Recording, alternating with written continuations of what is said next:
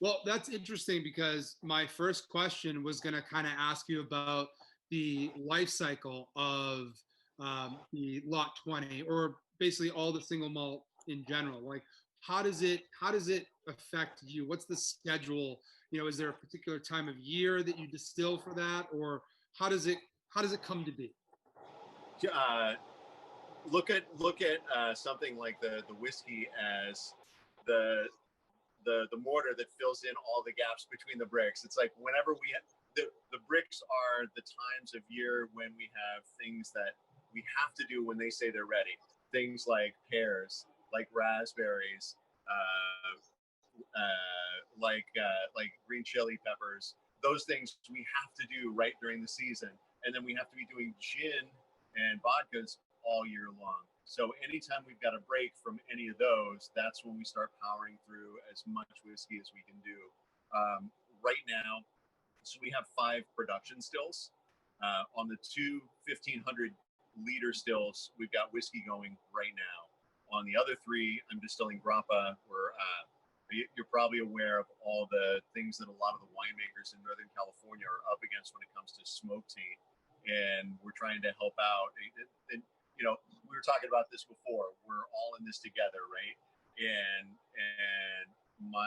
my brothers in arms who are winemakers, they're left with a lot of stuff that they can't make wine from, but it doesn't really affect the grappa in a negative way. So we're making a lot of grappa right now.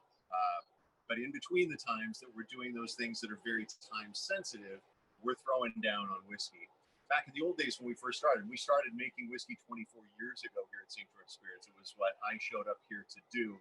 As a matter of fact, in Lot 20, there's whiskey that's 21 years old. It's really, really lovely. But when I first showed up, we had 4 or 5 really busy months a year. Then the rest of the time, I was just so good at Frisbee because there was really nothing going on. It was really, really slow. And it was really beautiful. We called it the off season, and it was light, it was lively. Jorg would come down and say, "Hey, you want to go hit 9 holes?" We're like, "Yeah, sure, why not?" And it was very laid back. We're all really, really busy all year long now, but we're busy doing what we love doing. So I have no issue with the changes. But yeah, that's been the life cycle of it. And what's been really great, let's go back 24 years. We laid down our first batch of single malt whiskey. I want it to be ready right away. So you keep looking at it, looking at it, looking at it. Having lots of things going on allows you to put that out of your mind for a bit, and then suddenly you turn around and you go to taste something from a barrel, and you realize, oh shit, this is 8 years old now. This is holy smokes.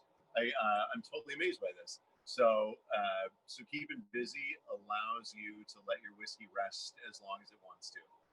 That's awesome. The more projects that you're working on, the more you have time to let the things that you're already working on develop. And that's really amazing that you're working with a lot of the winemakers to, something that they've spent a whole year to to make into wine that now isn't possible. At least it will live on in something else. Kudos to you for helping out those guys. I can't think of a better story I've heard out of the wildfires. Thanks. No, and every time I hear about what's going on with them, my heart breaks because there's been, they've had a number of really, really tragic years when it comes to all the situations with the wildfires. So, with some of them with their facilities burning down, with some of them literally vineyards burning up. It's really, really a terrifying change that we're going through right now. And I hope that something can be done to mitigate that and protect that, because it's a really beautiful part of a culture that we've adopted here. I hope it starts at least with awareness. I don't think enough consumers understand, the things that people have to do to actually make wine. And I hope that we can continue to have the conversation for people so that they understand that, there are issues and, they require our support and whatever support that is, whether it is, maybe a vintage that isn't heralded, but at least it was a good vintage. Support these winemakers.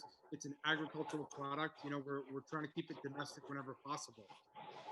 Yeah, and when they start selling things like brandies and grappas made from smoke taint years, the best thing that consumers can do to support them is go out and try those and buy them, and don't be don't be held back by prior experiences with grappas. There are a lot of grappas that tend to be very hard and aggressive and very difficult to learn how to appreciate. But when they're done right from freshly pressed pomace, they're soft and expressive of the varietal character that they come from. So it's a positive experience that helps out the winemakers as well. So I hope that people start jumping in and buying it. I hope so. I hope it's not just, when you're in Italy on some roadside and some guy just says, "Hey, check out my grappa that I made from leftover grapes that I pressed with my feet." We're talking about some real winemakers and real vineyards making some high quality product. That sounds like a change from a lot of stories I've heard. So I'm looking forward to it. So tell me a little bit about what you feel makes Lot 20 special this year. So one of the things that makes every lot special is the fact that as we continue to move through time, we've got more and more diverse expressions of our single malt.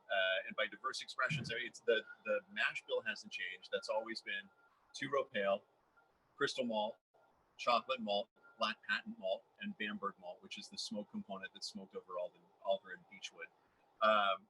That's remained the same, but what we've done is we've put it in many different types of barrels. And for the Lot 20, as I mentioned earlier, we've reached back and pulled some whiskey out of barrel that contains 21-year-old whiskeys. That's the oldest.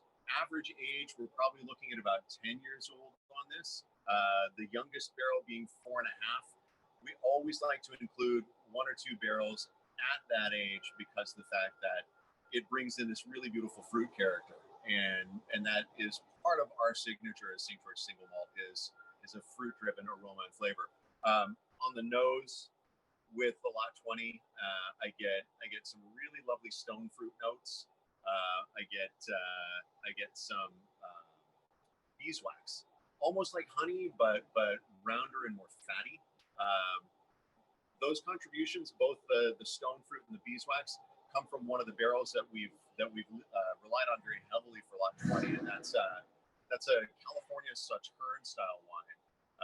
There's a winery up in St. Helena that makes a Sauterne style wine from Botrytis, Semillon, and Sauvignon Blanc grapes, and we've been able to get barrels from them for a number of years now, and have a long-term aging project going on with our single malt in that. And this one really relies heavily on that, and it shapes quite a bit of what's going on here. The rest of it's shaped by that malt profile, giving us the chocolate and nougat.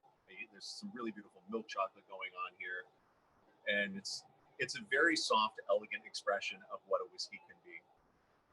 That's awesome. I love how you're keeping it local with getting Sauterne cask, essentially Sauterne style cask from California. Do most of your barrels come locally? Most of them, no. We do try and go local when we can, but we like to rely on used bourbon barrels for our program, because a used bourbon barrel is a lot of the wood tannins have been depleted by the bourbon that's been in there. The bourbon goes in at relatively high proof. It's usually right around 62% alcohol when bourbon goes in, and that high proof leaches out a lot of wood tannins, and I'm not a huge fan of those wood tannins. They can make the spirit fairly aggressive instead of softening it as it ages. So a used bourbon barrel gives us an environment that's relatively neutral for aging. It allows some of the more aggressive alcohols to escape through the pores of the wood, and it allows oxygen to penetrate back in. That oxygen drives esterification reactions, which help to shape more of the fruit profile of the whiskey. An ester is a fatty acid joined with an alcohol, and almost every fruit flavor that you can think of is the responsibility of an ester. There's some of them that aren't esters. There's some that are ketones, and there are a bunch of different compounds that can give it. But the one that's got them mostly covered is the ester family. And so being able to utilize those used bourbon casks helps us with that. In addition, with this we've got some Kentucky bourbon, some Tennessee whiskey, some Jack Daniel's barrels that are in the mix there. We do get a lot of wine barrels from local wineries that get then shaved and retoasted. I made for several years batches of port from California grapes so that I would have port barrels to finish our whiskey in. I sold the port in bulk to other wineries to bottle, and then we finished our whiskey in it. And that port helps to reshape some of the chocolate aroma and flavor that comes from the chocolate malt and the patent malt. So it's a really thoughtful process for being able to select all these barrels. What we're trying to do is amplify characteristics that are already there in the new make spirit and just make it bigger, bolder, richer. Awesome.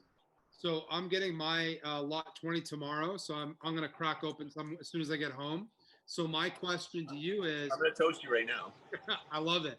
My question is there anything in particular about this batch that you think lends it to a pairing of anything in particular? Sorry, pairings of any in for the lot 20. Hard cheeses.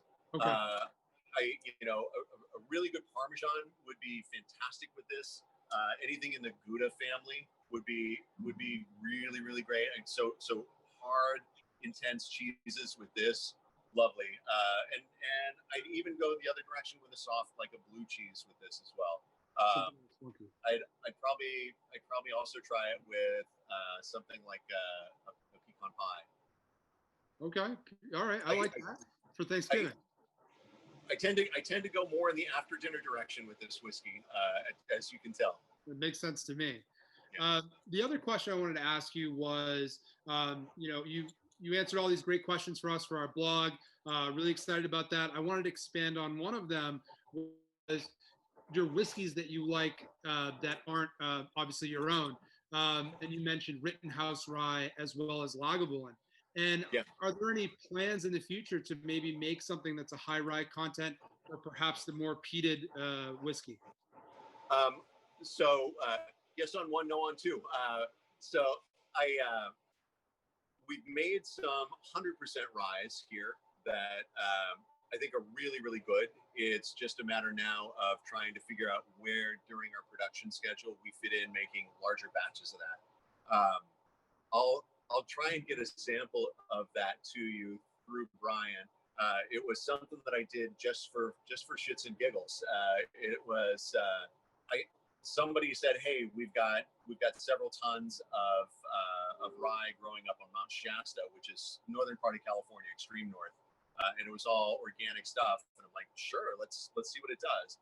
And it was remarkable. I mean, truly, truly remarkable.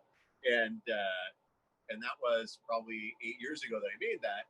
It sat in barrel for 2.5 years. I pulled it out because at 2.5 years, it was perfect. It was just the way I wanted to drink it. And I worried that if I left it in barrel too much longer, it would get aggressively woody and lose some of the things that I love about a good rye.